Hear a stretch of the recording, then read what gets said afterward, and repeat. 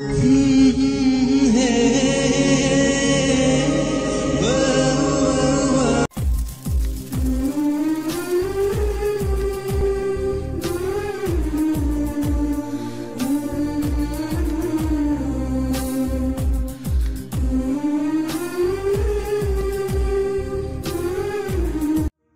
কেন আমার সাথে এমন করলে? তুমি না বলেছিলে আমায় ভালোবাসো? এই সেই ভালোবাসার পরিণাম। আজ সত্যটা জানার পর তোমার ভালোবাসা নাই হয়ে গেল।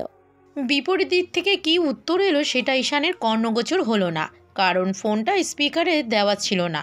তবে ঈশান এতটুকু ঠিক হয়ে বুঝতে পারলো যে ওপাশ থেকে তিক্ত কিছু কথা বলা হয়েছে, যার কারণে তৃণার চোখ জলে ভিজে যায়। তৃণা বলে, আমি এই বাচ্চাটা কোনোভাবেই নষ্ট করতে পারবো না, যাই হোক না কেন। তাতে তো ওর কোনো দোষ নেই, তাহলে কেন আমি ওকে শাস্তি দিব? আমি সিদ্ধান্ত নিয়ে ফেলেছি, আমি ওকে পৃথিবীর আলো দেখাবই। তার জন্য আমাকে যা করতে হয় তার করব। তুমি যদি আমার পাশে না থাকো তাহলেও কোনো সমস্যা নেই। বলে তৃণা ফোনটা রেখে দেয়। সাথে সাথে ঈশান তৃণার একেবারে সামনে গিয়ে দাঁড়ায়। তৃণা ঈশানকে হঠাৎ এভাবে নিজের সামনে দিকে হকচকিয়ে যায়। দুপা পিছিয়ে নিজেকে ধাতস্থ করে বলে, ঈশান ভাই তুমি? আমি আশায় তোর খুব ক্ষতি হয়ে গেল, তাই না? ক্ষতি কেন হতে যাবে? আশ্চর্য!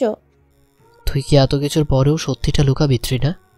আমি কিন্তু তোর সব কথোপকথন শুনেছি। কি শুনেছো তুমি? আমি এটাই শুনেছি যে তুই কাউকে এই বাচ্চাটার ব্যাপারে বলছিলি।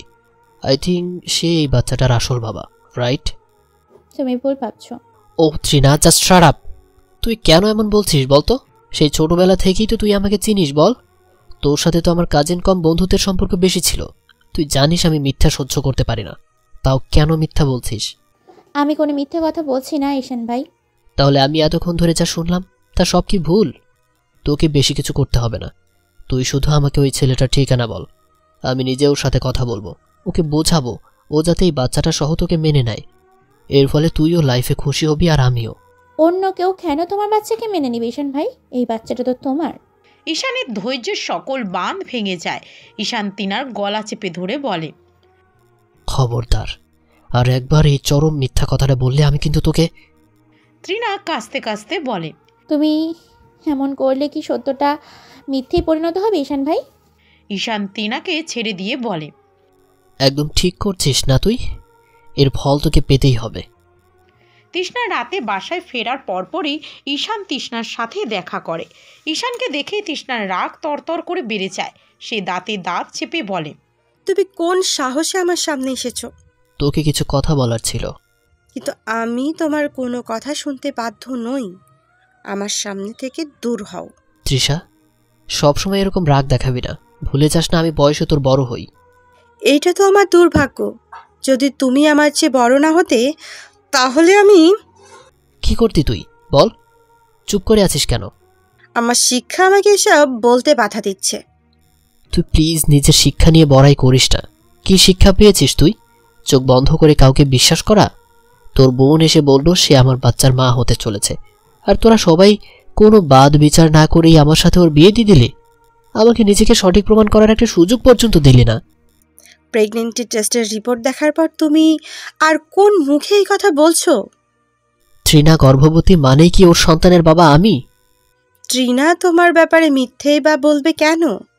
সেটা তোর বোনই ভালো বলতে পারবে। তবে আমি নিজেকে নিরপরাধ প্রমাণ করার উপায় পেয়ে গেছি। হেয়ালি না করে যা বলার স্পষ্ট করে বলো। আমি আজ ট্রিনার কারোর সাথে ফোনে কথোপকথন শুনেছি। ও তাকে বলছিল ওর বাচ্চার দায়িত্ব নিতে। আমার মনে হয় ও নিজের বাচ্চার আসল বাবার সাথেই কথা বলছিল। তুমি নিজের দোষ ঢাকতে আর কত মিথ্যে বলবে বলো তো শুনি। আমি কোনো মিথ্যা কথা বলছি না। যদি তোর আমার কথা বিশ্বাস না হয় তাহলে কাল সকালে আমার সাথে ইকো পার্কে চল। কাল ওদের দুজনের ইকো পার্কে দেখা করার কথা। বেশ, তবে তাই হবে। আমি এই শেষবারের মতো তোমাকে বিশ্বাস করলাম। এরপর ইকো পার্কে গিয়ে যদি কাউকে না দেখি তাহলে কিন্তু আমি আর কখনো তোমায় বিশ্বাস করব না।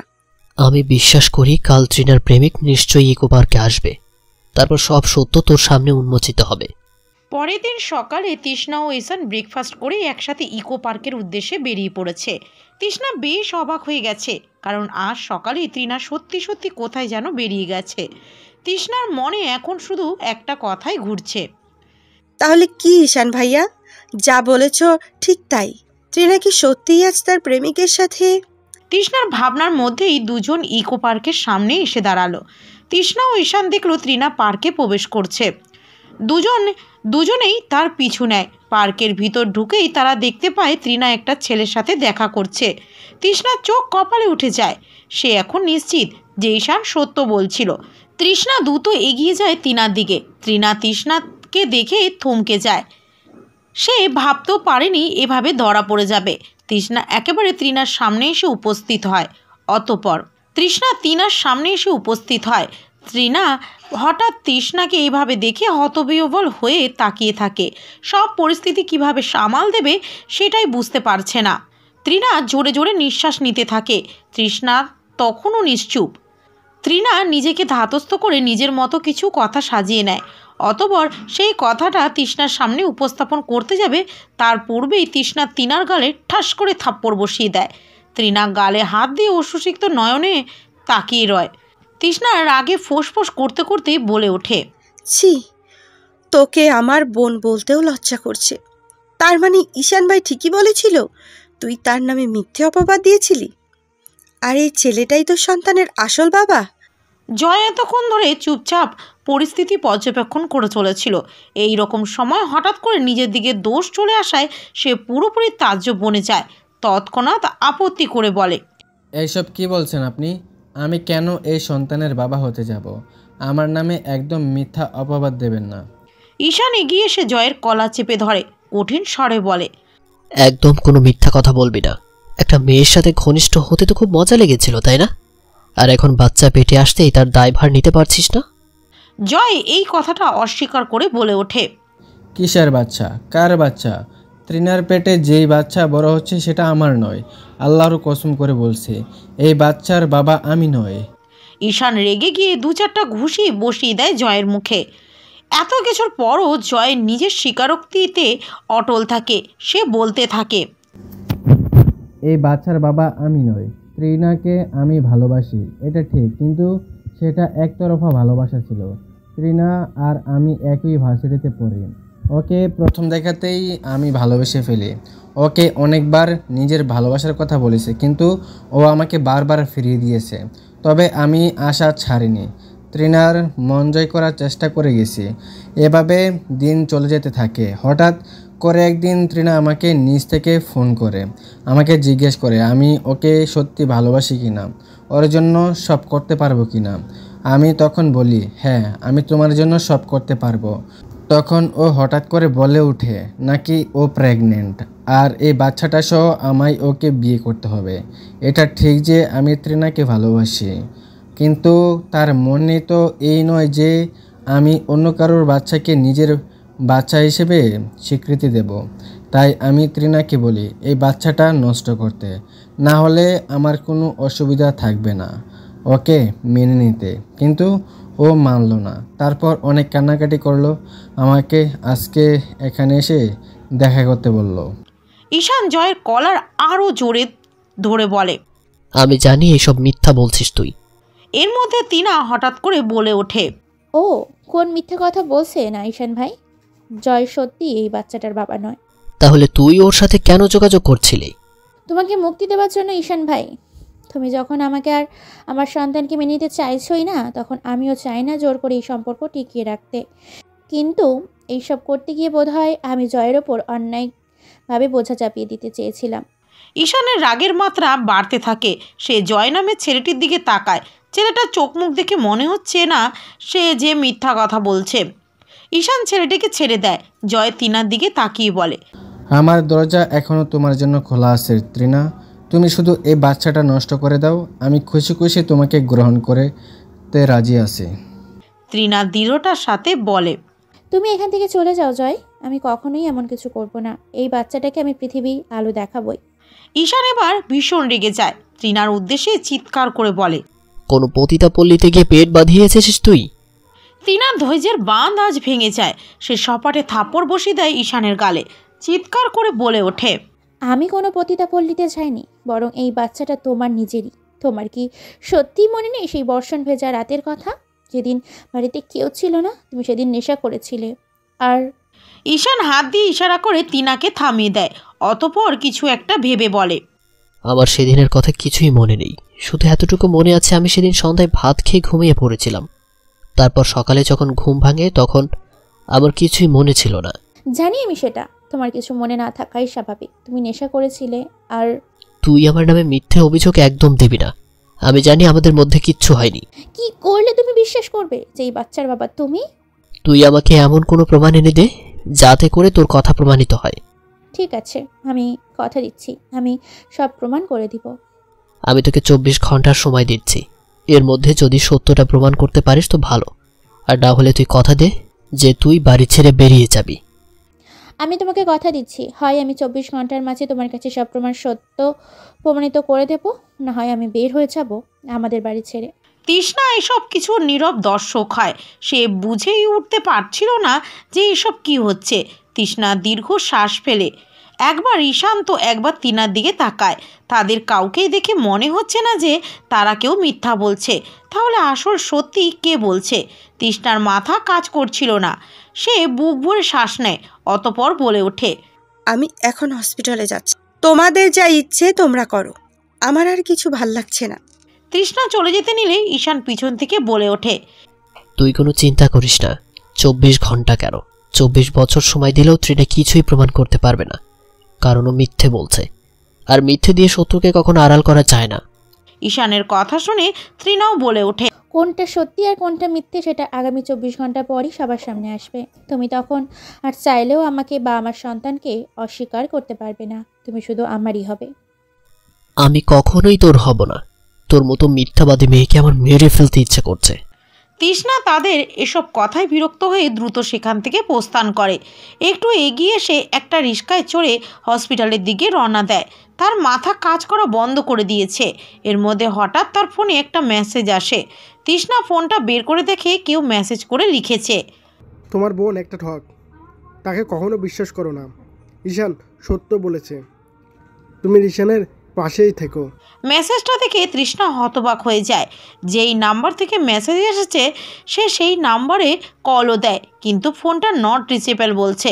তৃষ্ণার মনে শুধু একটা প্রশ্নই ঘুরতে থাকে, কে দিল এই মেসেজ? তৃষ্ণা হাসপাতাল থেকে আজ বেশ তাড়াতাড়ি বাড়ি ফিরল। তার শরীর এবং মন দুটোর অবস্থাই ভালো না, তাই এমন সিদ্ধান্ত নিতে হলো। বাড়িতে ফিরে তৃষ্ণা নিজের রুমে চলে গেল। সামান নিয়ে অতপর ঘুমানোর উদ্দেশ্যে বিছানায় গা এলিয়ে দিল। এমন সময় হঠাৎ করে তার ফোনে কল এলো। তৃষ্ণা বিরক্ত হয়ে ফোনটা রিসিভ করলো। বিপরীত দিক থেকে একটা গম্ভীর পুরুষালী কণ্ঠস্বর ভেসে এলো। কেউ তাকে উদ্দেশ্য করে বলল, তুমি যদি তোমার বোনের তৃষ্ণার ব্যাপারে সকল সত্য কথা জানতে চান, তাহলে রাতে আমাদের বাড়ি থেকে কিছুটা দূরে যে পুরনো ফ্যাক্টরিটি আছে সেখানে দেখা করবেন। তারপর সব সত্য আপনার সামনে প্রকাশিত হবে। আপনি কে? আর হ্যালো, শুনতে পাচ্ছেন? হ্যালো। বিপরীত দিক থেকে ফোনটা রেখে দেয়। তৃষ্ণা আরও কয়েকবার নাম্বারটায় কল করে, কিন্তু ফোন বন্ধ দেখায়। তৃষ্ণার ভ্রু কুঁচকে যায়। সে চুপচাপ বিছানায় এসে বসে। অতপর ভাবতে থাকে আজ দেখা করতে যাওয়া উচিত হবে কি হবে না। তৃণা প্রেরণা বেগমের কক্ষে উপস্থিত হয়েছে। প্রেরণা বেগমের উদ্দেশ্যে সে বলে চলেছে, আপনি তো সব সত্যি জানেন, তাহলে প্লিজ ঈশানের সামনে সবটা বলুন না। প্রেরণা বেগম বলে ওঠেন, আমাকে এসবের মধ্যে কেন জড়াচ্ছ তুমি? এমনিতেই এই পরিবারে আমার অবস্থা নড়বড়ে, তার উপরে এখন আমি কিছু বললেই যে ঈশান বিশ্বাস করবে তেমনটাও তো নয়। কিন্তু এই বাচ্চাটা যে ঈশানের সেটা প্রমাণ করার জন্য এছাড়া তো আমার হাতে কোনো উপায় নেই। আপনি সবার সামনে বলুন না যে সেদিন আপনি আমাদের ঘনিষ্ঠ অবস্থায় দেখেছিলেন। প্রেরণা বেগম মনে মনে ছক কষতে থাকেন যে তিনি কি করবেন। হঠাৎ তার মাথায় একটা বুদ্ধি আসে, তাই তিনি বলেন, তোমাকে কিছু করতে হবে না, তুমি শুধু চুপচাপ থাকো। 24 ঘন্টা পর এমনিই সবাই তোমাকে বিশ্বাস করতে বাধ্য হবে। তৃষ্ণা মেসেজ অনুযায়ী রাতে একা একাই সেই পুরাতন ফ্যাক্টরিতে চলে এসেছে, কিন্তু এখানে এসে সে কারও দেখা পায়নি। বেশ বিরক্ত হয়ে কিছুক্ষণ পায়চারি করে ফিরে যেতে ধরে তৃষ্ণা। এমন সময় পিছন থেকে কেউ তার নাম ধরে ডেকে ওঠে। তৃষ্ণা পিছনে ফিরে তাকাতেই অবাক হয়ে যায়। তার চোখে মুখে বিস্ময়ের ছাপ স্পষ্ট হয়। অস্ফুট স্বরে বলে ওঠে, তুমি? হ্যাঁ, আমি তোমার সাথে যোগাযোগ করেছিলাম। কিন্তু তুমি এসব আমাদের পরিবারের ব্যাপারে এত কিছু কিভাবে জানলে? তোমার তো এসব কিছু জানার কথা নয়। আরিফিন মৃদু হেসে বলে। আমি জানি, কারণ আমি তোমাদের বাড়ির খোঁজ খবর রাখি। তৃষ্ণার বেশ রাগ হয়। এই আরিফিন হলো প্রেরণা বেগমের ভাতিজা, মানে ভাইয়ের ছেলে। প্রেরণা বেগমের সাথে তৌফিক খানের বিয়ের পর ছেলেটা বার কয়েক তাদের বাড়িতে ঘুরতে এসেছিল। এই ছেলেটাকে একদম পছন্দ নয় তৃষ্ণার। এর চোখের ভাষায় কেন জানি কোনো খারাপ কিছুর ইঙ্গিত দেয়। তবে তৃষ্ণার আজ কেন জানি ছেলেটার উপর বিশ্বাস করতে ইচ্ছে করছে। তাই সে আরাফিনকে জিজ্ঞেস করে, বলো, কি জানো তুমি? আমি কি জানি সেটা না হয় পরে বলবো, আগে তুমি আমার একটা প্রশ্নের উত্তর দাও। কি প্রশ্ন? তোমার কি নিজের বোনের তৃষ্ণার উপর একটি বারো সন্দেহ হয়নি? তা তো হয়েছিল। তাহলে একজন ডাক্তার হওয়ার পরেও তুমি ডিএনএ টেস্টের কথা বলনি কেন ওকে? আরিফিনের কথায় তৃষ্ণা বেশ হোঁচট খায়। সত্যি তো ব্যাপারটা তার মাথা থেকে একদম বেরিয়ে গিয়েছিল। আরিফিন তৃষ্ণার মনোভাব বুঝতে পেরে বলে ওঠে, এখন যদি আমি বলি আমি কি জানি এই বাচ্চা ঈশানের নয়? তাহলে বাচ্চাটা কার? আমার। কি? এসব তুমি কি বলছো? যা সত্যি তাই বলেছি। তোমার বোনের সাথে আমার বেশ ঘনিষ্ঠ সম্পর্ক, আর এই সম্পর্কের ফলেই। তুমি যে কথাগুলো বলছো তার প্রমাণ কি? আমি তো কখনো আমার বোনকে তোমার সাথে মিশতে দেখিনি। বাহ তৃষ্ণা বাহ, তোমার যখন বোন এসে বলল সে ঈশানের বাচ্চার মা হতে চলেছে, তখন তুমি এক বাক্যে তার কথা মেনে নিলে, তার কাছে কোনো প্রমাণও চাইলে না। আর আমি যখন সত্য বলছি তখন তোমার সেটা বিশ্বাস হচ্ছে না। না, হচ্ছে না, কারণ আমি তো তোমার সাথে তৃণাকে কখনো মিশতেই দেখিনি। ঈশানের সাথে টিনাকে মিলাতে দেখেছো? হ্যাঁ, দেখেছি তো। ওরা সব সময় একে অপরের সাথে গল্প করতো, আড্ডা দিত। আমি তো অনেকবার তৃণাকে দেখেছি হাসতে হাসতে ঈশান ভাইয়ের গায়ে ঢলে পড়তো। ঈশান ভাই এসবের কোনো প্রতিবাদই করতো না। এবার আমার কাছে সবটা পরিষ্কার। তার মানে সন্দেহ থেকে তুমি রিশানকে দোষী ভেবে নিয়েছো। যাই হোক, তুমি এখন বাড়ি ফিরে যাও। আমার কথা বিশ্বাস করলে করো, না করো নাই, তবে সত্য খুব শীঘ্রই সামনে আসতে চলেছে। তৃষ্ণা আর বিন্দুমাত্র অপেক্ষা না করে ফিরে আসতে লাগলো। আরিফিন তৃষ্ণার যাওয়ার দিকে তাকিয়ে রহস্যময় হাসলো। তৃষ্ণা ফিরে আসতে আসতে আরিফিনের বলা কথাগুলি ভাবতে লাগলো। তার মধ্যে এটা নিয়ে দ্বন্দ্ব চলছিল যে কোনটা সঠিক আর কোনটা ভুল। खुशी खुशी पहना तेरे दिया गहना कितना कंगन जचे देख कलाई आई आई आई तुझे मेरे लिए मुझे तेरे लिए है बनाया गया ओ हर जाई आई आई आई। আপন মনে গানটা গুনগুন করে গাইছিল তৃণা। এমন সময় হঠাৎ করে ঈশান তার রুমে প্রবেশ করে। তৃণাকে এভাবে নিশ্চিন্তে গান বলতে দেখে ঈশানের মাথা গরম হয়ে যায়। সে তৃণাকে এক প্রকার টেনে তুলে বিছানা থেকে। তৃণা বলে ওঠে, এসব তুমি কি বলছো ঈশান ভাই? চুপ থাক, তোকে দেওয়া 24 ঘন্টা সময় শেষ হয়ে গেছে। তুই কি এখন এমন কোনো প্রমাণ দেখাতে পারবি যাতে এটা প্রমাণিত হয় যে এই বাচ্চাটা আমার? তৃণা কিছুই বলে না, কারণ তার হাতে সত্যি কোনো প্রমাণ নেই। তৃণাকে চুপ থাকতে দেখে ঈশানের রাগ আরও বেশি বেড়ে যায়। তাই সে তৃণার হাত ধরে এক প্রকার টানতে টানতে নিচে নিয়ে যেতে থাকে। বাড়ির সবাই এখন ডিনারে ব্যস্ত। ঈশান তৃণাকে নিয়ে এভাবে চলে আসায় সবার নজর এই দিকে আসে। তৌফিক খান উঠে দাঁড়িয়ে বলেন, এসব হচ্ছেটা কি? ঈশান রাগে ফোঁসফোঁস করতে করতে বলে, তোমার মেয়েকে আমি 24 ঘন্টা সময় দিয়েছিলাম চাচু, আর বলেছিলাম এর মধ্যে প্রমাণ করে দিতে ওর গর্ভে যে সন্তান বেড়ে উঠছে সেটা আমার। কিন্তু তোমার মেয়ে সেটা পারেনি, তাই এবার শর্ত অনুযায়ী আমি ওকে এই বাড়ি থেকে বের করে দেব। তৌফিক খান এক পলক তৃণার দিকে তাকান, অতঃপর বলেন, তোমার যা খুশি করতে পারো। আমার কাছে এমনিতেও এই মেয়েটা মৃত। আমার এখন একটাই মেয়ে, আর সে হলো তৃষ্ণা। নিজের বাবার কথা শুনে তৃণার চোখে জল চলে আসে। সে ভেবেছিল অন্তত তার বাবা তার হয়ে কথা বলবে। এর মধ্যেই হঠাৎ প্রেরণা বেগম বলে ওঠেন, তুমি এইভাবে তিনাকে বাড়ি থেকে বের করে দিতে পারো না? ওকে আরও কিছুটা সময় দাও নিজেকে প্রমাণ করার। আমি ওকে আর 1 মিনিটও সময় দেব না। বলে তিনাকে টানতে টানতে নিয়ে যেতে থাকে ঈশান। এমন সময় ঈশানের মা সাইদা বেগম তার রাস্তা আটকে দিয়ে বলে, তিন্না এই বাড়ি থেকে কোথাও যাবে না। নিজের মায়ের মুখে এমন কথা শুনে অবাক হয়ে তাকিয়ে থাকে ঈশান। ত্রিনাকে ঈশান বাড়ি থেকে বের করে দিতে যাবে এমন সময় ঈশানের মা সাইদা বেগম এসে তার পথ আটকে দাঁড়ায়। ঈশান অবাক হয়ে নিজের মায়ের দিকে তাকায়, অতঃপর জিজ্ঞেস করে, তুমি আমাকে আটকালে কেন আম্মু? সাইদা বেগম তখন উত্তর দেয়, কারণ তিন্না ঠিক বলছে, ও তোমার বাচ্চার মা হতে চলছে। এসব তুমি কি বলছো আম্মু? হ্যাঁ, আমি ঠিকই বলছি। তুমি এরকম কথা কিভাবে বলছো আম্মু? সাইদা বেগম এবার ডুব দেন অতীতে। তিনি মনে করেন এই দিনের কথা, যেদিন তারা সবাই বিয়ের দাওয়াত খেতে বাইরে গেছিল। সেদিন দাওয়াত খেয়ে ফিরে এসে তিনি আর তার স্বামী রহুল রহমান প্রথমে ঈশানের রুমে যান। ঈশানের রুমে গিয়ে তাদের দু চোখ থমকে যায়, কারণ তারা দেখতে পায় ত্রিনা ঈশান এক রুমে অবস্থান করছে। দুজন একে অপরকে জড়িয়ে ধরে আছে। দুজনের গায়ের অর্ধেক পোশাক, তবে দুজনেই ঘুমের মধ্যে রয়েছে। দেখে মনে হচ্ছিল সারা রাত তারা এভাবেই ছিল। সাইদা বেগম এই ঘটনায় পুরোপুরি হতবাক হয়ে যান। রহুল রহমানেরও অবস্থা এক ছিল সেই সময়। তারা দুজনেই বাকরুদ্ধ হয়ে যান। এর মধ্যে তিনার ঘুমটাও ভেঙে যায়। তিনা উঠে এসে রুমের বাইরে আসে। তাকে দেখে মনে হচ্ছিল সে কোনো ঘোরের মধ্যে ছিল। বাইরে এসে তিনা কাঁদতে শুরু করে। সে বলে ওঠে, আমি জানতাম না কিভাবে হয়ে গেল। কাল রাতে আমি আর ঈশান ভাই দুজনেই ভাত খেয়েছিলাম, সাথে জুস। জানি না জুস খাওয়ার পর হঠাৎ করেই আমার মাথা চক্কর দিয়ে ওঠে, আর তারপর আমি নিজের জ্ঞানেই ছিলাম না।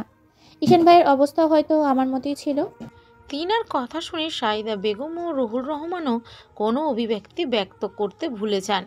একটা বড় দুর্ঘটনা যে ঘটে গেছে এটা তো তখন পরিষ্কার ছিল। এর পরিণাম যে ভালো হবার নয় সেটাও স্পষ্ট ছিল। সাইদা বেগম তখন অনেক অনুনয় বিনয় করে বলেন, যা হবার হয়ে গেছে, আমার ছেলেটার নামে খারাপ কিছু বলো না প্লিজ। তুমি তো বললা যে এসব কিছু জুস খাওয়ার পর হয়েছে। আর ঈশান বাবা, তুমি কেউ তো একে অপরকে ভালোবাসো না, তাই তুমি এসব নিয়ে আর জল ঘোলা করো না। এসব একটা দুর্ঘটনা ভেবে ভুলে যাও। এইভাবে কিভাবে সব কিছু আমি ভুলে যাবো চাচি? আমার সম্মানের ব্যাপার। সেই সময় রহুল রহমান বলে ওঠেন,